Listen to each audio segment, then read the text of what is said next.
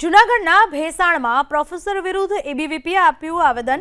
Professor Sachin Pithadiya વિરુદ્ધ મામલતદારને આપ્યું આવેદન। પોલીસ અથવા પ્રિન્સિપાલ ફરિયાદી બને તેવી એબીવીપીની માંગ। શિક્ષણ વિભાગ પણ આ ઘટનામાં ત્વરિત પગલાં ભરે તેવી માંગ।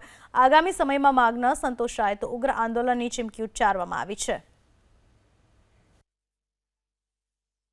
વિજ્ઞાન કોલેજની અંદર પ્રાધ્યાપક દ્વારા બેનને ભીષ્મ મેસેજ મોકલવામાં આવ્યા। એમને પાસે પરીક્ષામાં ફેલ કરી દેવા જેવા વિષયો આવ્યા। ત્યારે આ વિષયને લઈને હજી સુધી પોલીસ ફરિયાદ થઈ નથી। સાથે સાથે એમને હજી શિક્ષણ વિભાગ દ્વારા સસ્પેન્ડ કરવામાં નથી આવ્યા।